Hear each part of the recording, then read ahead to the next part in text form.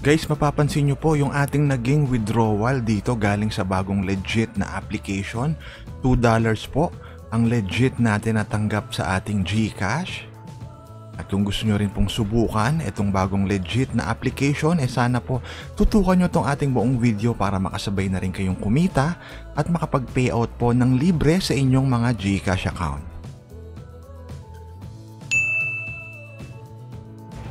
Hello guys, kamusta po kayong lahat at welcome po ulit dito sa ating bagong video. At syempre, for today po, bagong legit application ang i-feature natin. Kaya naman sana po, tutukan nyo itong ating buong video. Guys, ito nga po yung name ng app, si Vault Heist. Mapapansin nyo, 4.5 po yung ratings nito sa Play Store. Again, nandyan po yung link sa description kung gusto nyo po siyang subukan. At nang sa ganun, makasabay din po kayo makapag-payout. Pag open po ng mismong application, mapapansin nyo po, meron silang mini tutorial dito. Kapag nandito kayo sa tab na to, pwede nyo na siyang i-next or pumili ng avatar na gusto nyo. Mapapansin nyo po rito nakalagay Stay AFK. So pwedeng nakastock lang po dito sa mismong app yung inyong mga cellphone at maaari po kayo makapag-earn dyan. Mamaya ituturo natin kung paano ba gagawin yan. So ngayon po, nandito na tayo sa ating dashboard. So i-allow lang natin yung notification. Paano ba tayo makakaipon dito? So meron ditong normal session at merong night session. Bukod doon, meron pa po silang offer wall. So nandito yung mga games na pwede nating laruin. Every minute po na nilalaro natin itong mga games or application na to, may corresponding gold coins po na maiipon tayo dyan. So, pwede kayo sa hot offer, sa task, sa survey, kayo na pong bahala kung paano kayo mabilis na makakaipon. Ngayon po dito tayo sa earnings tab sa bandang gitna. Ayan. Merong night session, merong start.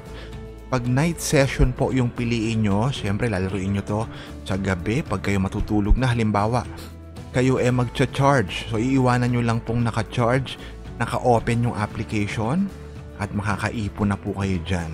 Sa normal session naman po dito sa start, yan. Sa bawat minuto rin na ini-spend natin na nakastock lang yung inyong mga cellphone dito sa application na to, may corresponding dollar amount din po na matatanggap tayo. Sabi dito 0.005 kapag 1 hour daw tayo naka-AFK or naka-steady lang dito sa application na to. So, halimbawa, i-exit na tayo. Ayan, itap lang natin yung continue. Makikita nyo, makakatanggap na tayo ng reward. Ayan, 0.001 kasi nga hindi naman po natin natapos yung 1 hour na task nila. Kaya 0.001 lang, pero at least kahit papano, ganun lang yung ginawa natin, nakaipon na tayo at nakatanggap ng dollar na value. So, ilan ba yung minimum para makapag-payout? Silipin natin yan dito sa withdrawal method or sa payout method. Kapag GCash po, 0.35 USD lang. So magkano lang yan? Nasa 25 pesos lang yata yan. No, ngayon po, tayo magla-live withdrawal request dahil tayo nakaipon ng $2. Punta tayo, piliin po natin yung GCash. Again, ito po yung live withdrawal request natin. So hindi naman tayo nag-i-invite, pero pwede tayo makapag-payout. So, dito po, kahit hindi kayo mag-invite, makaka-request kayo ng payout. Basta po, gawin nyo yung mga task, no? Yung AFK sa sessions. So, pwede po yan. I-save natin yung ating phone number, yung name, at yung amount.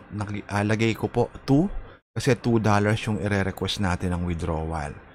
So, ayan, kapag natapos na natin yon, mapapansin nyo po dito sa transaction history, pending na siya, pero ilang minuto lang guys kasi dito real time po or instant yung payout. Kapag request nyo po sa kanya, maya-maya lang darating na po yan sa inyong mga GCash account. So kapag balikan natin, makikita nyo, naka-check na siya or successful na yung naging withdrawal natin.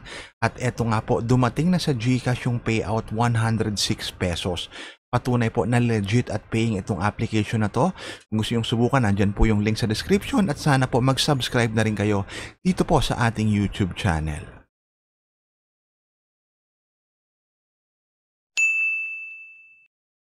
At guys, syempre po itong na-feature natin na video for today ay for educational purposes only. At kung nakatulong nga po ito sa inyo, consider subscribing po dito sa ating YouTube channel. Again, magkita-kita po tayong muli sa susunod na video.